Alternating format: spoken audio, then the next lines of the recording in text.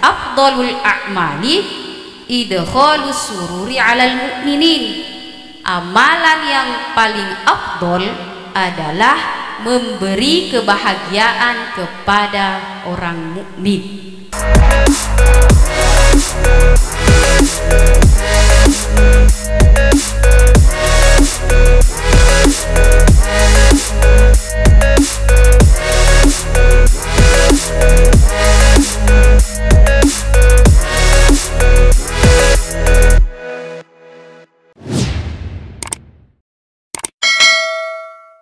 Alhamdulillahirabbil alamin, hamdan yuafi ni'mah wa yukafi mazidah. Allahumma salli wa sallim wa barik ala maulana Muhammad wa ala alihi nuril mudhibi lin nisyani bi nurihi bi kulli lamhati wa nafasin adada ma wasi'ahu ilmullah. Subhanaka la ilma lana illa ma 'allamtana innaka antal alimul hakim wa la hawla wa la quwata illa billahil aliyyil azim.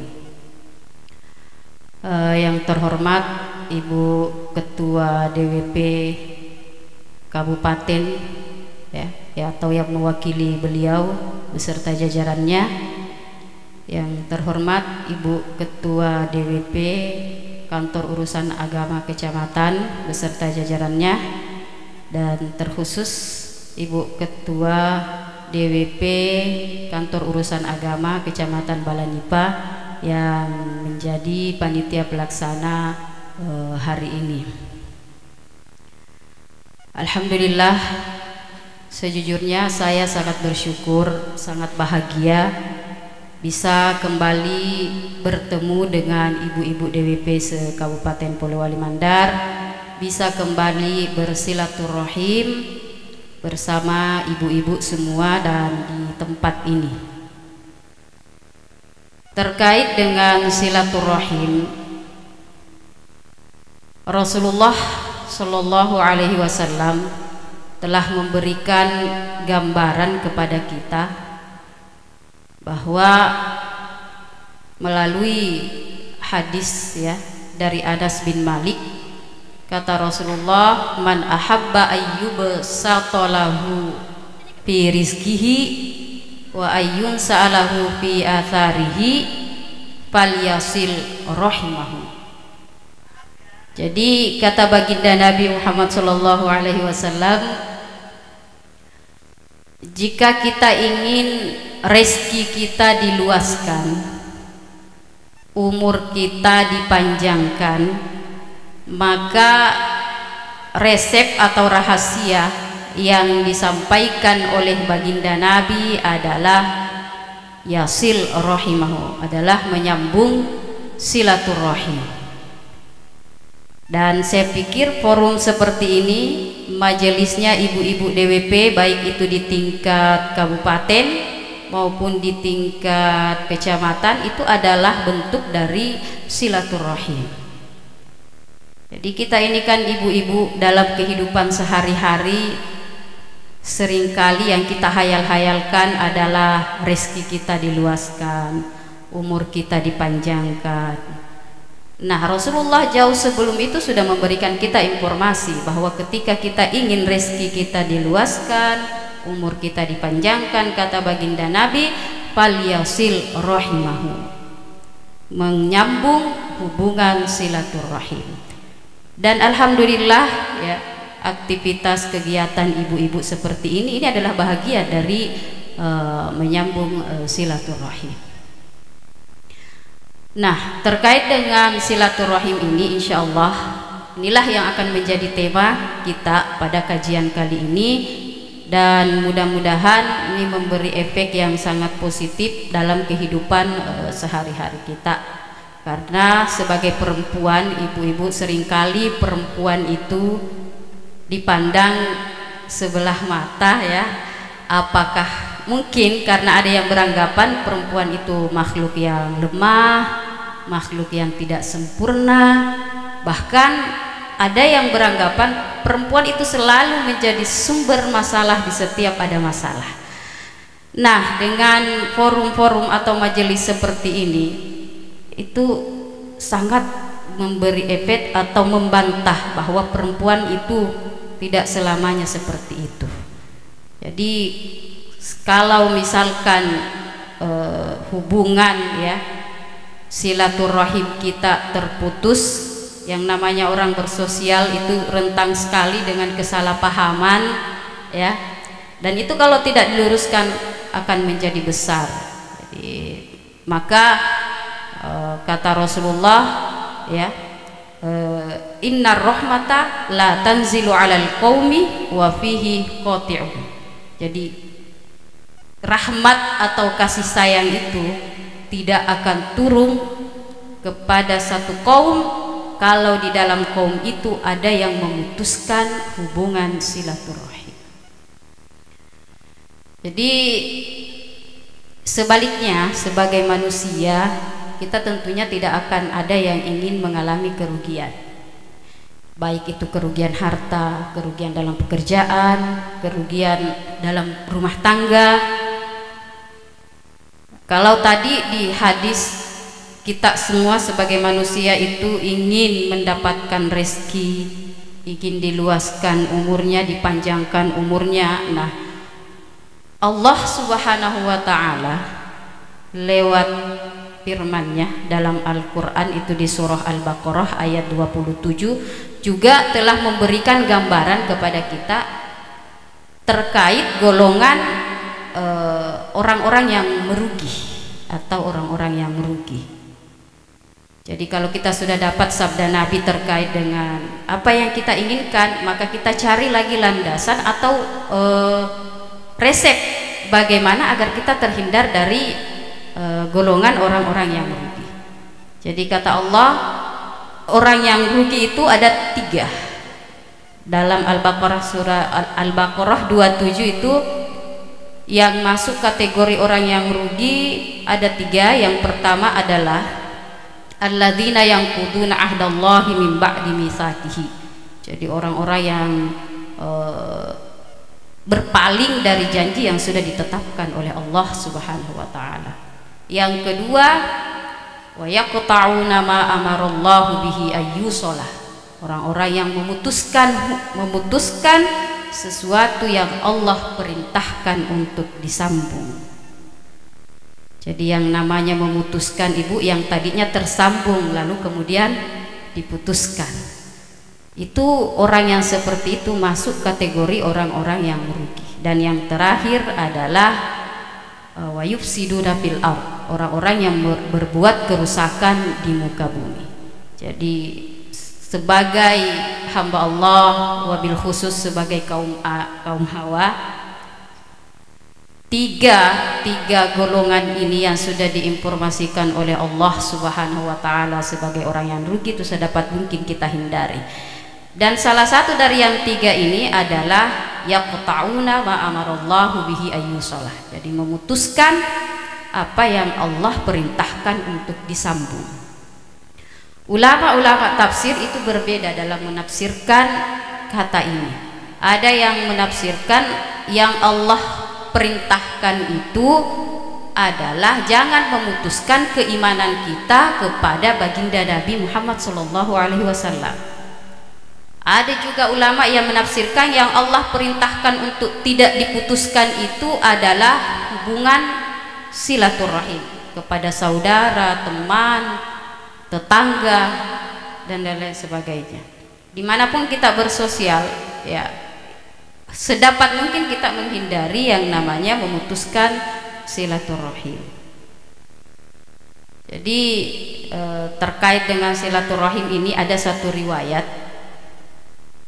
pernah seorang laki-laki mendatangi baginda Nabi Muhammad SAW. Laki-laki ini berkata kepada baginda Nabi, ya Rasulullah, wahai Rasulullah, innali arhaman, saya punya saudara ya Rasulullah, asilu wa yaqta'uni, saya menyambung hubungan silaturahim dengan saudara saya, tapi dia justru memutuskan hubungan itu.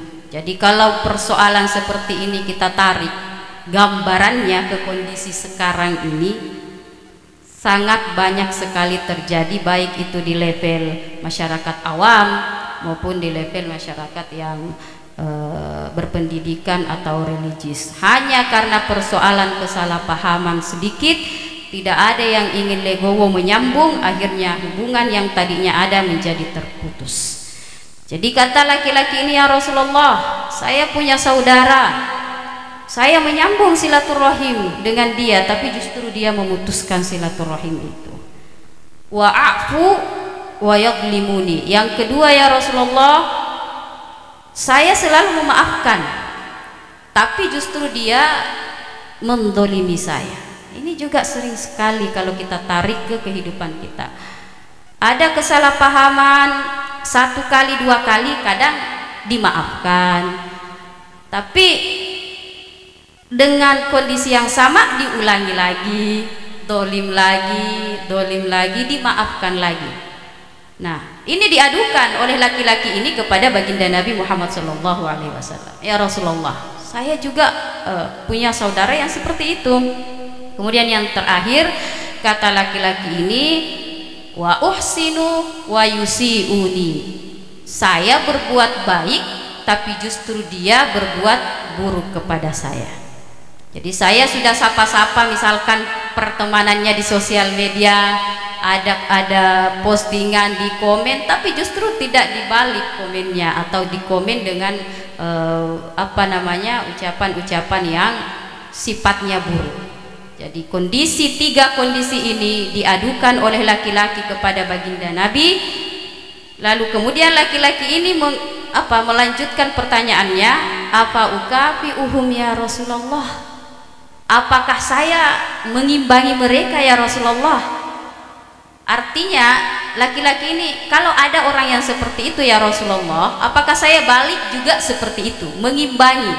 Kalau bahasa gaulnya, lo jual gue beli, kan sering seperti itu bahasa gaulnya. Anda zalim, saya juga akan zalim. Anda berbuat buruk, saya juga akan berbuat buruk. Itulah yang disampaikan oleh laki-laki ini kepada baginda Nabi, ya Rasulullah, apa ukafi uhum, apakah saya mengimbangi mereka ya Rasulullah? Kan ada juga tipe-tipe manusia itu beda-beda Ibu ya. Jadi ada orang kalau kita lihat nih teman cuek, kita juga masa bodoh, cuek aja, kan begitu. Padahal Islam tidak mengajarkan seperti itu. Kalau ada orang yang cuek kepada kita, atau tadinya kita sering makan bareng, ngantor bareng, jam istirahat ngobrol, kemudian kita pergi makan sama, 2-3 hari ke depan terjadi ketersinggungan, kesalahpahaman, tidak mau, berbelok nih hatinya. Itu ada apa? Berarti ada tali yang tadinya tersambung itu diputus. Jadi tadi hadis Rasulullah, rahmat itu tidak turun di satu kaum yang dalam kaum itu ada orang yang memutuskan silaturahim. Jadi apa jawaban Rasulullah Shallallahu Alaihi Wasallam mendengarkan aduan laki-laki ini? Kata Rasulullah, la idzashtaraku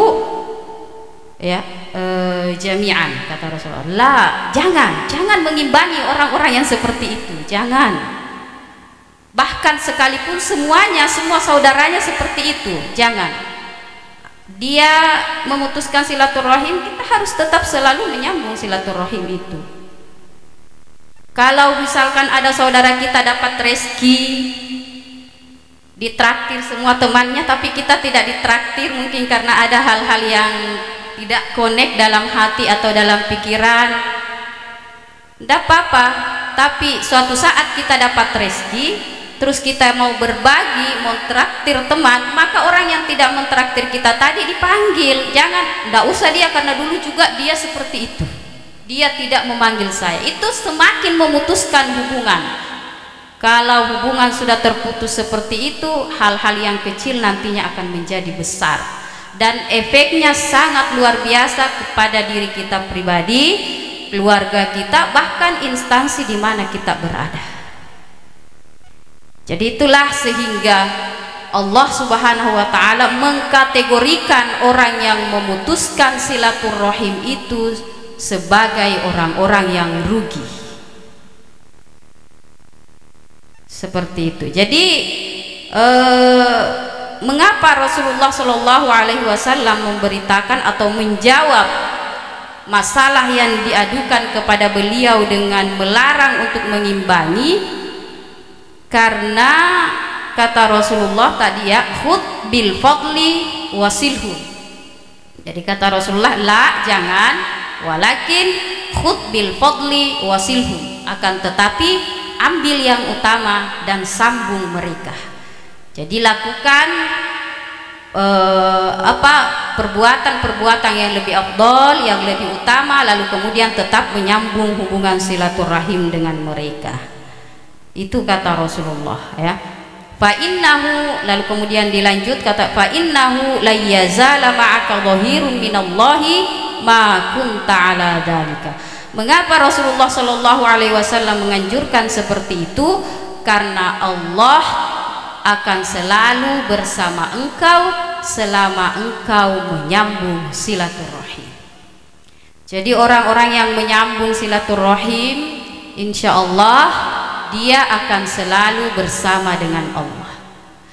Apalagi yang kita lakukan ibu-ibu kalau kita sudah bersama dengan Allah. Tidak ada yang perlu diragukan dalam kehidupan ini kalau kita sudah bersama dengan Allah. Dan jaminan itu ada ketika kita selalu menyambung silaturahim. Kalau Allah bersama kita, tidak perlu khawatir ibu-ibu. Insya Allah semua kegiatan, semua rencana, semua aktivitas kita itu akan terarah dengan sendirinya karena Allah bersama kita, yang menguasai, yang memiliki segala urusan yang ada di muka bumi ini. Jadi itulah luar biasanya ibu-ibu ketika kita menyambung silaturahim. Jadi ketika ada ketersinggungan, kesalahpahaman, jangan diputus, disambung, cari titik terangnya. Dan alhamdulillah saya pikir majelis-majelis seperti ini mau setiap bulan, setiap minggu, setiap hari, kalau perlu setiap hari itu lebih baik lagi, agar komunikasi yang terputus itu tidak terlalu jauh putusnya lalu kembali dieratkan seperti itu. Nah, berkaitan dengan silaturahim ini, dalam kitab ini kita mungkin bisa menjadikan sebuah inspirasi. Bukan berarti kita menginginkan beramal karena menginginkan sesuatu yang kita inginkan, bukan. Itu kalau kajian-kajian lebih dalamnya lagi itu masih level bawah. Jadi orang-orang yang menyambung silaturahim itu bi anna fi silaturahimi asyaru khisalin, ya, asyaru khisalin mahmudatin. Jadi orang yang menyambung silaturahim itu efeknya dia akan mendapatkan 10 hal yang dicintai. 10 hal yang dimaksud di sini yang mana? Yang pertama, awwaluha anna fiha ridallahi ta'ala. Yang pertama, orang yang senantiasa menyambung silaturahim, dia akan selalu mendapatkan ridhonya Allah Subhanahu wa ta'ala. Jadi kalau kita sudah menyambung silaturahim, maka ridho Allah bersama kita. Kalau ridho Allah bersama kita, ya seperti yang dibahasakan tadi, tidak ada yang perlu kita ragukan. Insya Allah Allah akan menuntun kita ke setiap hal-hal yang kita inginkan. Itu yang pertama ibu-ibu. Yang kedua, efek dari silaturahim adalah wasani idkhalus sururi alaihi, ya, memberi kebahagiaan kepada mereka. Orang yang kita sambung silaturahim, kasih sayang kita berikan kepada orang lain, berarti sama halnya kita memberikan kebahagiaan kepada orang itu. Kenapa itu harus kita lakukan? Karena dalam hadis disebutkan afdhalul a'mali idkhalus sururi 'alal mu'minin. Amalan yang paling afdol adalah memberi kebahagiaan kepada orang mukmin. Dalam artian memberi kebahagiaan kepada saudara-saudara kita, baik itu saudara kandung maupun bukan, saudara dimanapun kita berada. Jadi kata Sayyidina Ali, mereka yang bukan saudaramu seiman, mereka adalah saudaramu dalam kemanusiaan. Tidak pikir dia orang Bugis, orang Mandar, orang Patai dan lain-lain sebagainya, tapi yang kita lihat kita sama-sama manusia. Sama-sama manusia, maka mari memanusiakan manusia. Jadi orang yang kita anggap tidak, bahkan yang non muslim pun kalau dia masih manusia itu masih dianjurkan untuk berbuat baik kepada mereka. Jadi efek yang kedua tadi, ketika kita senantiasa menyambung silaturahim, maka kita memberi kebahagiaan kepada orang lain. Nah, memberi kebahagiaan kepada orang lain itu adalah amalan yang paling afdol. Kalau kita susah bangun tahajudnya di 1/2 malam, 1/3 malam, masih ada yang bisa kita lakukan selain itu. Mulai dari hal-hal yang terkecil, kita melihat ada kesalahpahaman, ya datangi orang yang mungkin ada sedikit kesalahpahaman seperti itu.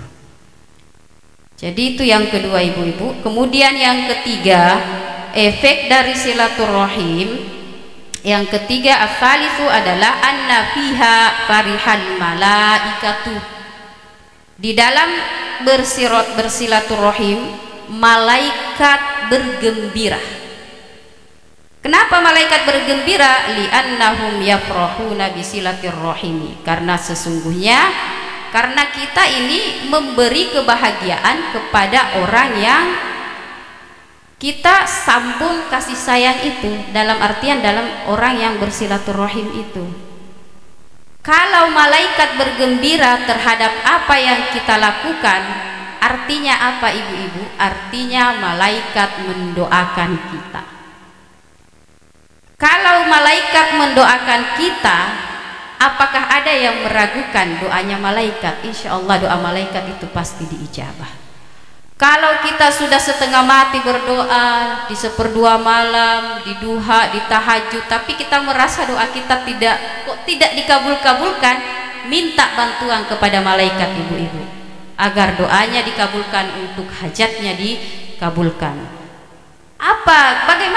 Bagaimana cara kita bisa meminta pertolongan doa kepada malaikat? Banyak hal, diantaranya bersalawat. Tapi khusus silaturahim itu adalah bahagian dari malaikat mendoakan orang-orang yang bersilaturahim. Jadi insya Allah kita ini semua yang ada di forum ini, yang tadi kata ibu ini bukan arisan, tapi ini adalah kegiatan rutin, pertemuan rutin, dan itu adalah nilainya adalah silaturahim. Insya Allah malaikat mendoakan kita. Kalau malaikat mendoakan ibu-ibu, insya Allah doa itu diijabah. Silahkan ketika kita bermajelis, minta sebanyak-banyaknya di dalam hati apa yang ibu-ibu inginkan, malaikat insya Allah mendengarkan itu. Amin ya.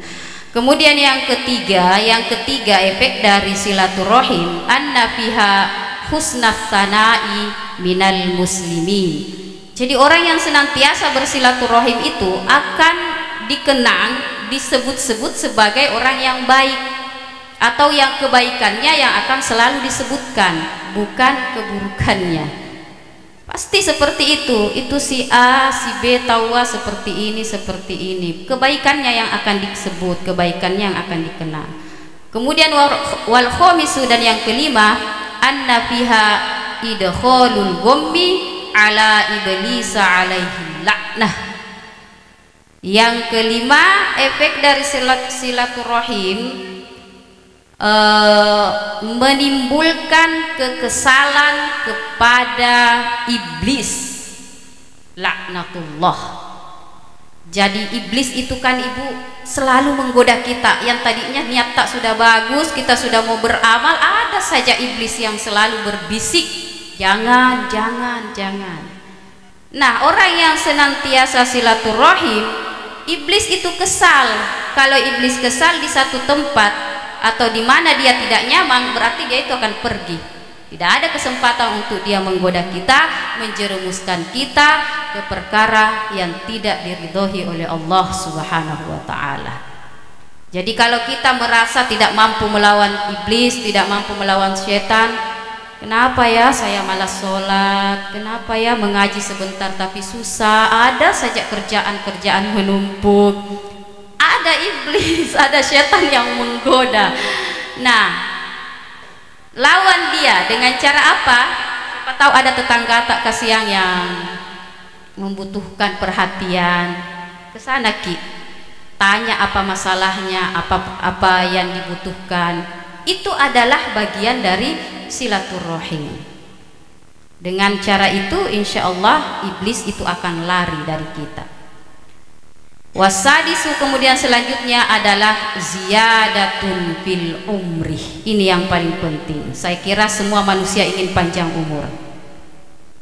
Tidak ada orang mau mati cepat, apalagi kita menyadari masih banyak kesalahan-kesalahan. Jadi kalau mau Ki umur tak dipanjangkan, sambung hubungan dengan sesama. Sambung hubungan yang sudah putus, luruskan kembali yang sudah bengkok.